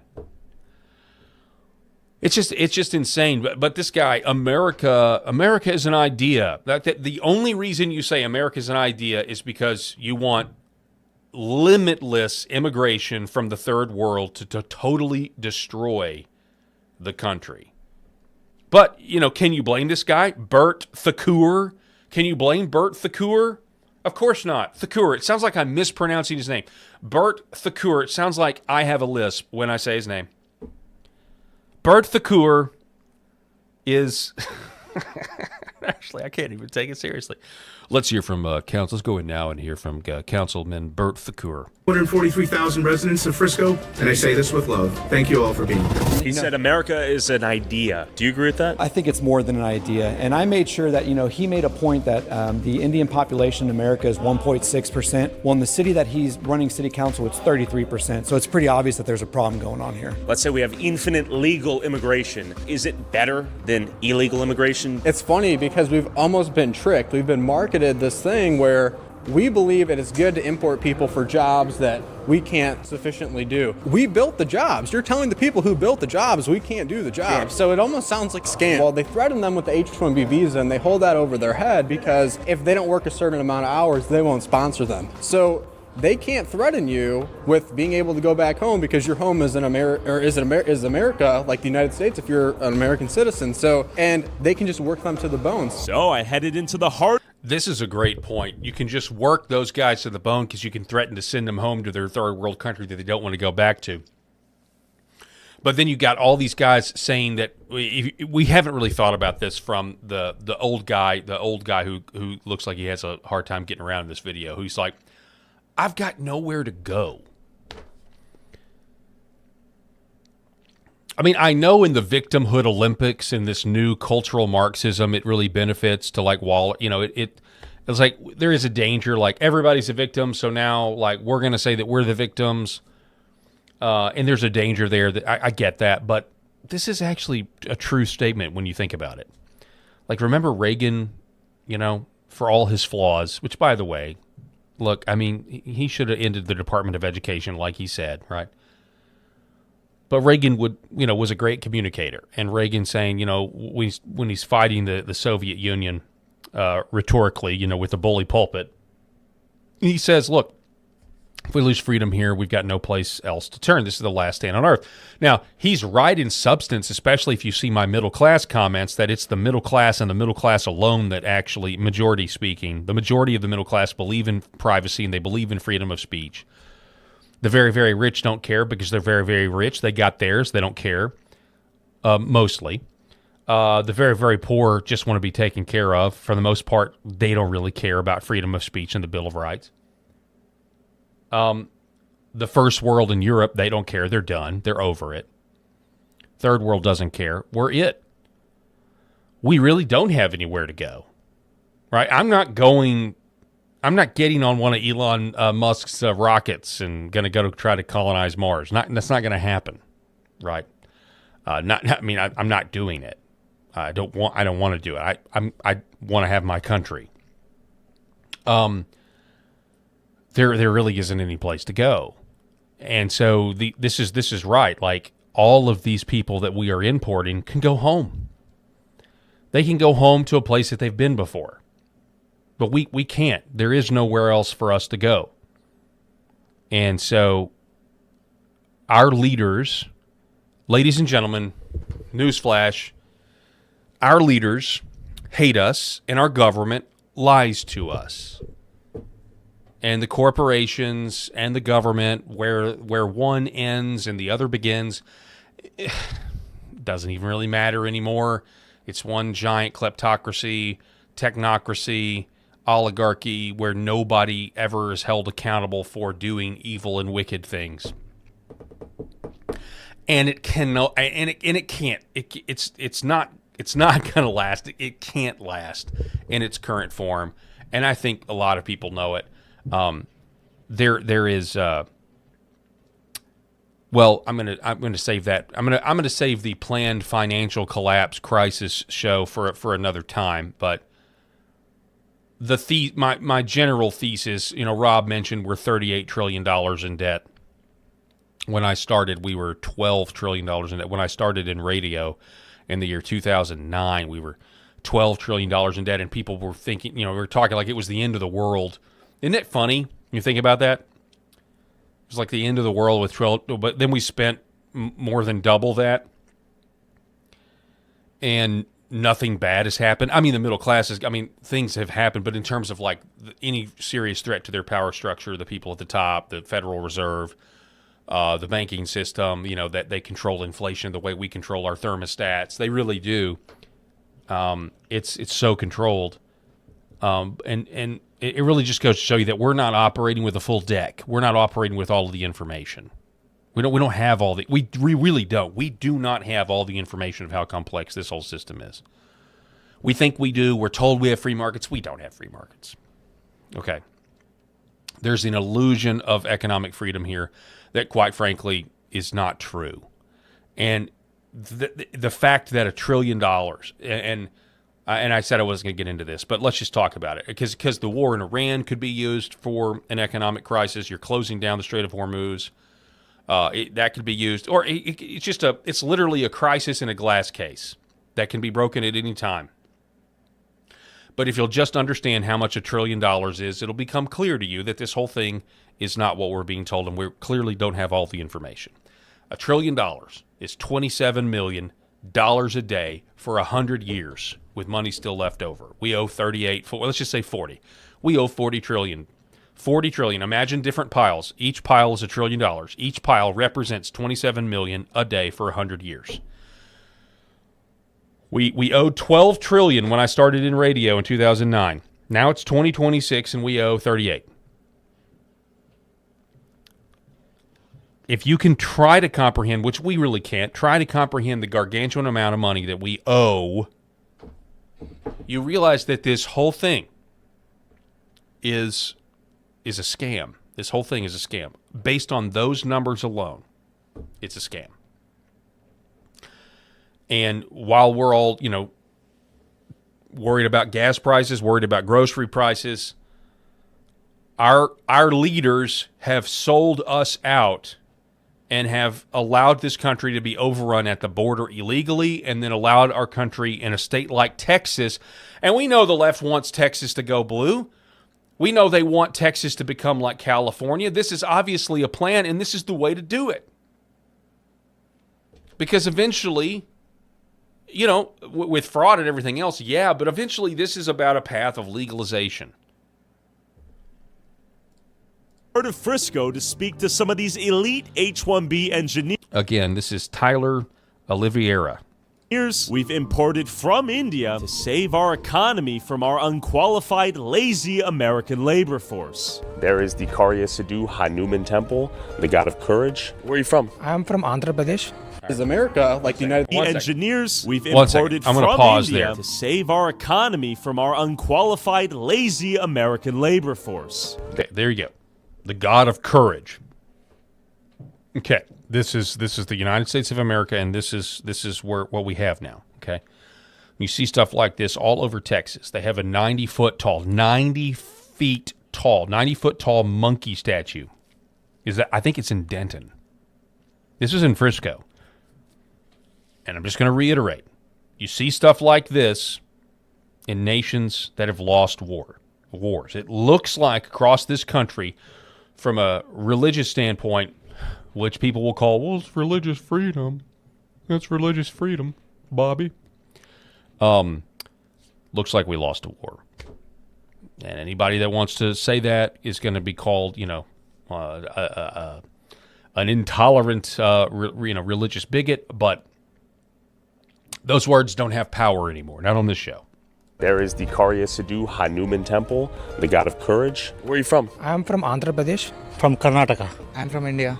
South India. Hyderabad? Are you from Hyderabad? Yes, I am. Really? I'm from Chennai. Are you here on H-1B? No, right now still I am my student visa. I see, F1. Yeah, yesterday the H-1B results got rolled out, so I'm just waiting for my decision. Okay. Yeah, I'm on F1. Waiting for the same results. Are you anxious right now? Let's hope for the best. I work in a software company. Software? Yeah. And are you H-1B? Yes. So one of the things that our friend Jacob Holloway, who's very, very upset with the status quo right now and what's going on in this country, he actually worked for the Trump campaign back in 2016. Anyway, he's out of Nevada. I think he was in Nevada at that time. Anyway, we need to have him back on. he's a wild card, that's for sure. But he exposed all of this because he's in tech and IT, and he knows exactly what's going on here with H-1B. One of the things he said when he was on the show last year was not only do they once they get here, they phone home, they phone a friend, and they use their status as an H-1B immigrant to extort massive dowries from the fathers of Indian girls back in India. So they say, okay, you want to marry me? Well, I'm now in America, and I'm going to give your daughter a better life. And so you're going to pay me a massive dowry to take your daughter to America. That's another thing that's happening here in arranged marriages. Something you would think the left would be like, oh, arranged marriages. You're robbing women of their autonomy. Well, so all of those types of principles, they fall by the wayside if we're talking about demographic replacement. Then the culture is fine, just like Sharia is fine. Sharia or Muslim immigration is fine because they don't really care about human rights or women's rights or any of that, because their main objective is to change the demographics of America. So if I get my H-1B, I can stay here for more 5 years. What happens if you don't? I still have my time, like almost 2 years from now. 2 more years. So maybe I need to try for different visa, or else go back to India then. I'm an H-1B. H-1B. Did you come here as H-1B? No, I studied here. So F1, OPT, H-1B? Okay, it seems like that's the common pipeline. Come here as international student, get green card? Then that's what it is. Yeah, that's what I did. Have you seen the new wave of people from Telugu? A lot of them, yeah. A lot of them? Yeah, lately, yeah. How long you been in the States? Around 10 years. Are you on H-1B? I graduated. Okay. And I'm working right now. Okay. Are you like on F1 visa? Yes. I see. Why did you end up here in Frisco? Did you have friends and family here?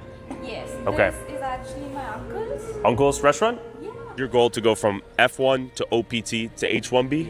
Yeah, exactly. Okay. Motherland India or Texas, USA? You laughed at that one. No, obviously Motherland India. Obviously. Obviously Motherland India. My motherland is India because I'm born and brought there, grow here, and I'm here to serve the US.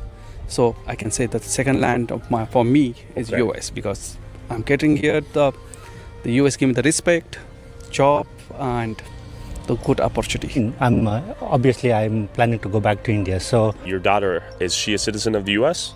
Yes, she is. Okay, so you're gonna bring her back to India one day? Definitely, yes. Oh, that might be challenging for her. Hyderabad or Frisco, Texas more? Hyderabad, of course. Hyderabad, of course. Then I have to ask, why are you here in Frisco? I had to. Feels like I'm still in my hometown. Really? Everybody from my hometown here. Wow. So you moved all the way from Hyderabad, thousands of miles away. To Hyderabad. To Hyderabad in Texas. Yes. The India Bazaar is right there. I want to see if we can find some F1 students. So this flew all over me. I mean, are you guys upset? Are you guys mad? Are you mad? I see. I'm angry about this. So I saw this again. This video was sent to me by Jacob Holloway, a friend of mine. He sent it to me yesterday, and when he sent it to me, it had dropped 2 hours. It had been on the internet for 2 hours. It was already taking off. This video right now on YouTube. Let's see. I'm at 1056. I'm going to refresh. Right now, it's at 855,000 views. Hyderabad, of course. And now it is at it's about the same. So it hasn't really moved. It's still at not quite 1 million. It's doing very well. He's got the post up on X. It's doing very well on X as well. But anyway, it's frustrating. So I was confronted yesterday with this realization. And really, it was this morning. I watched a little bit of it yesterday, but yesterday was Easter, and on Sundays I try on Sundays to take a break from my normal pursuits in the 6 days out of 7, right? But I'm confronted with just how bad things are on this issue domestically here versus the amount of headlines that we're seeing now, and the political tightrope that is trying to be walked right now with this war in Iran and our foreign entanglements. As George Washington warned, be wary of foreign entanglements. And I am impatient, and I am worried. And I think all of us, I'm not a black piller. I'm not here to black pill. If you think I'm black pilling, well then I guess I can purge. I can become the black pill bulimic that I often am, I guess. So I'm not saying, look, I'm not saying there's no hope. I'm not saying that there's not a plan here. Obviously I trust in the plan of heaven. I trust in God's plan with all of this. But that does not mean that we are not ourselves part of that plan to try to act and save our country and save our nation. And one of the ways we do that is to get the truth out and demand accountability and demand action. And I'll just say this again: the donors of the Republican Party do not want to fix this problem. Many of the people surrounding Donald Trump do not want to fix this problem. The people that do, like Stephen Miller, for example, are there'll be these hit stories, and they'll trying to isolate, or they need to get rid of Stephen Miller. Likewise, the people in the administration that are actively trying to solve the intel oligarchy that has been turned against the American people, like Tulsi Gabbard. There'll be stories, we got to get rid of Tulsi Gabbard. Anybody in the administration that is actually working to fix the big glaring elephant in the room problems are targeted by intelligence-backed media, even foreign media, to try to get rid of them. And I am not going to be the person to be silent on it. So there's a reason this is resonating. We've got a lot of problems. This is a huge problem. It's got to be fixed. This is part of Make America Great Again, and it's not more and more H-1B visas that are exploiting this whole situation, because there's also third-party companies that are doing all of this, that are facilitating this, as well as the politicians and as well as the corporations. Then I have to ask, why are you here in Frisco? I had to. Feels like I'm still in my hometown. Really? Everybody from my hometown here. Wow. So you moved all the way from Hyderabad, thousands of miles away. To Hyderabad. To Hyderabad in Texas. The India Bazaar is right there. I want to see if we can find some F1 students in this 7-Eleven. And secondly, I want to see the moment I walk in there if I will be met with an Indian cashier. Real quick, a few of your comments. Let's see here. Suck it, Google on LFA TV writes, yeah, Paul Harrell is correct. We are still surrounded by libtards and rhinos. Let's see. Sophie, 1916. I'm tired of this already. They're taking all the jobs here. Interesting. Like, I'm not going to name this town, but there's a small rural town, if you could even call it a town, in Arkansas that had a gas station. It was a very popular gas station. I know of this because I used to frequent this gas station in the middle of nowhere, and it got bought up by Indians, and they were very rude, and so the people of this town, I don't know if it was an organized boycott, but they just quit going. And now it's just a boarded up husk. I mean, it's closed down. Like the town, and it's more of like it was more like a co-op than a town. Just kind of a busy stretch of highway surrounded by, it's just rural everywhere. The very definition of rural. And there was no business to be done, but I don't think they've sold it, and it's just now boarded up. It's almost like, okay, fine, we'll just move on, but we're still going to own it. But there are look, I don't know if you call that mini resistance. I don't know what you call it, but the people just didn't like it. And so this is happening all over. Let's see here.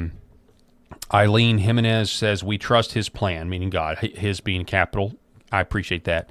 Action needed through faith with action, prayer, fasting, calling on God and Holy Spirit to intervene. National Day of Prayer is 5/17. Let's come in agreement to pray now till then.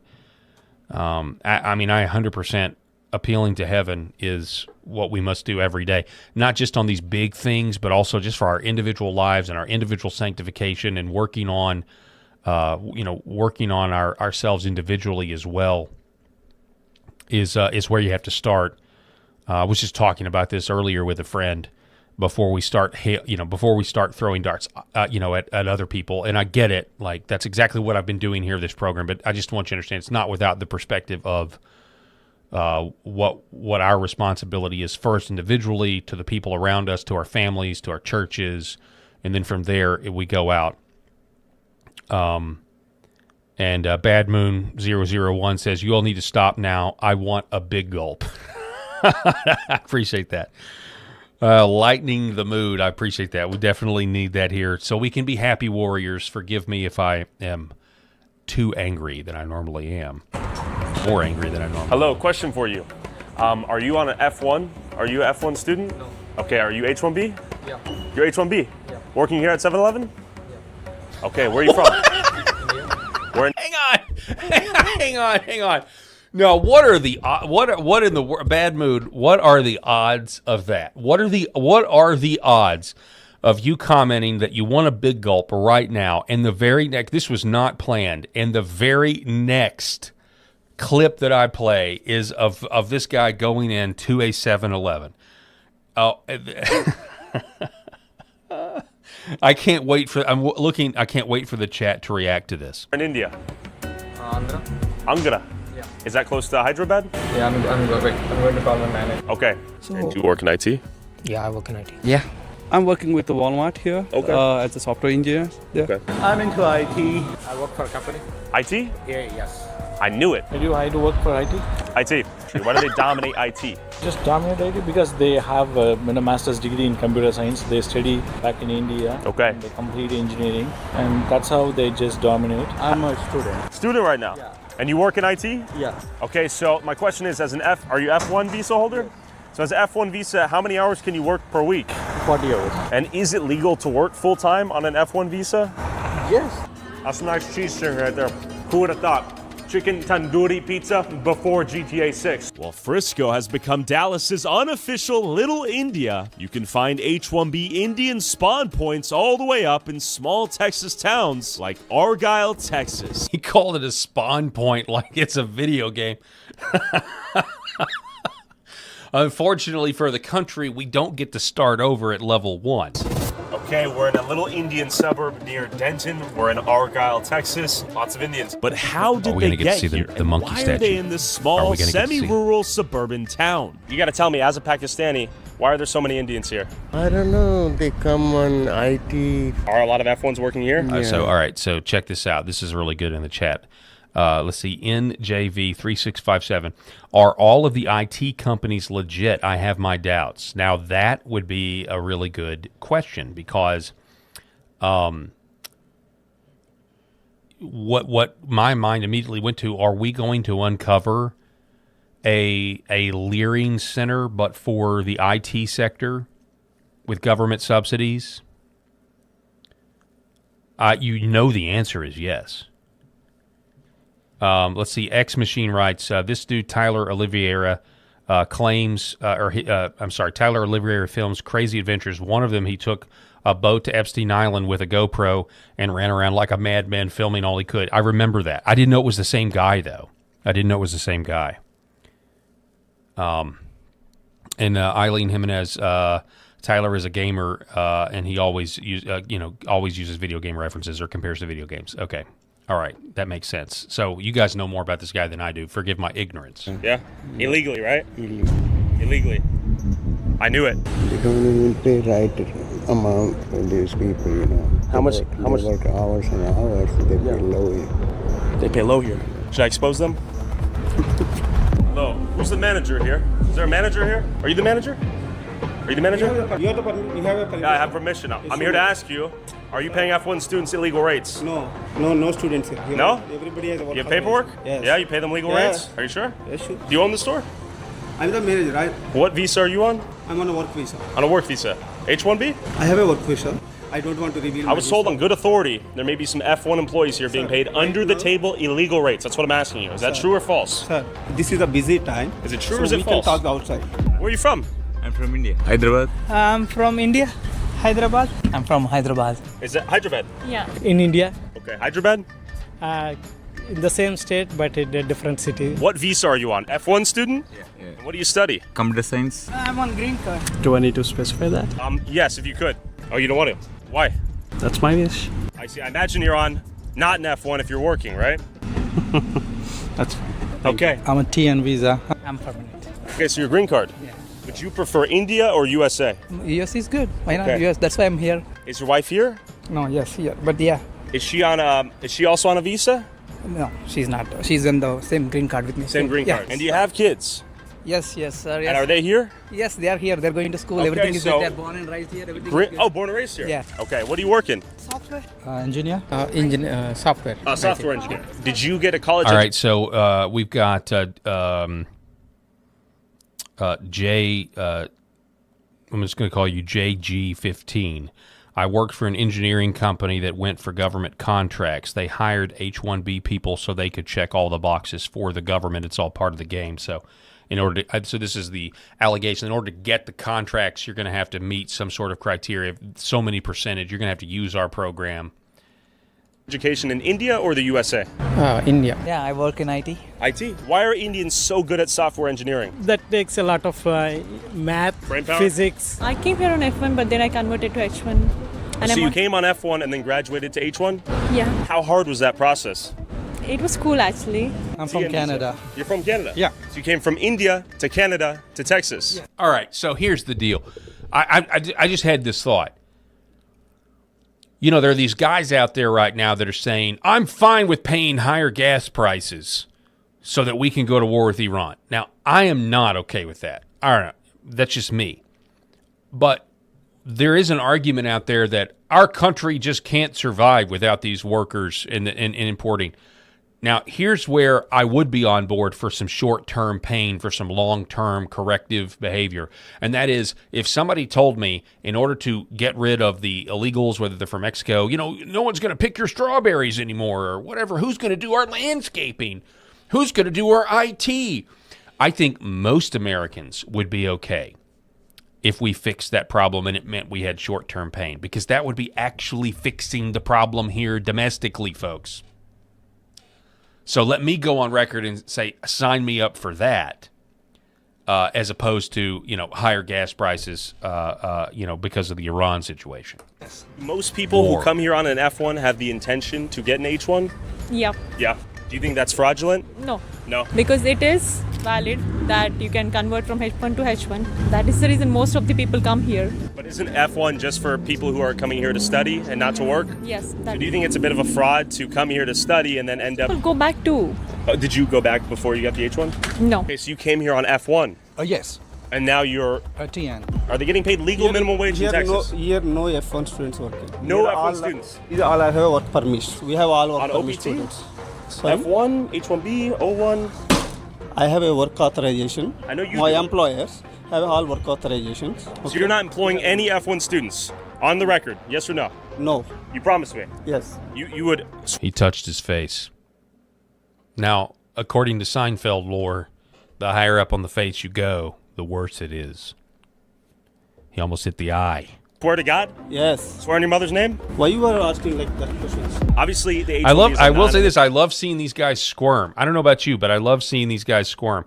I think I may continue this tomorrow. We're about to run out of time, and I wanted to hit one more story before we go. But I mean, you feel free to check this thing out. We only made it 15 minutes in, and it's an hour and 12 minutes long. So feel free to check that out. But I wanted to hit two more stories before we go on the show today. The other one is this one here. So there's a new cartoon out that's by Angel Studios called Animal Farm. Based on the George Orwell classic Animal Farm. Well, Tim Pool is saying that he is refusing to run ads promoting Animal Farm being distributed again by Angel Studios. He says, Angel Studios has done tremendous work in the past, and I have been a fan for some time. However, I am rejecting these ads outright as the film Animal Farm is shockingly offensive as it is pro-communism and anti-capitalism. He says the film in its entirety is a critique of capitalism from beginning to end and even has pro-leftist terrorism elements. I understand that this statement may be one of the stupidest things a company in the business of running ads can do, but I am so offended by this film, I decided I must publish this statement. I hope Angel Studios corrects this error and gets back to promoting positive films and messaging as they have in the past, but I will not be party to nor defend such an egregious insult to a classic book and important message. So when I saw the trailer of Animal Farm, I thought, okay, interesting, they're making this, but I kind of had that feeling too. Just based on the trailer, I was like, is this going to be original to the text? Hollywood has a big problem right now. They can't let their woke sex religion go. You see this with the Rings of Power. You see that they can't stay to the source material of Tolkien's Lord of the Rings. They have to put their woke messaging in it. They got to make black dwarves. They got to make, the orcs got to have families and wives and kids now because they can't comprehend a black and white good versus evil story. And so the same thing with Animal Farm. I was wondering what they were going to do with the text of the film. A little bit more context, he followed up by saying, the Animal Farm film could not be more pro-communism and anti-capitalist. The villain is an evil corporation run by Elon Musk's mom. Banking and finance are the principal motivations the whole time. It doesn't critique political power, it critiques private equity. The ending is effing wild and craps all over the book. So they've made an Animal Farm that in name only. It's not actually the book that we all came to know and love, that's critiquing totalitarianism. And instead, they, according to Tim Pool, which I have not seen the film, but I did have some, when we watched the trailer, I was watching it on YouTube last week, I think, and my wife, who's read Animal Farm recently, as part of a homeschooling curriculum, she immediately said, I don't know about that. I don't know about this. She immediately said she thought this was going to be some sort of woke subversion tactic.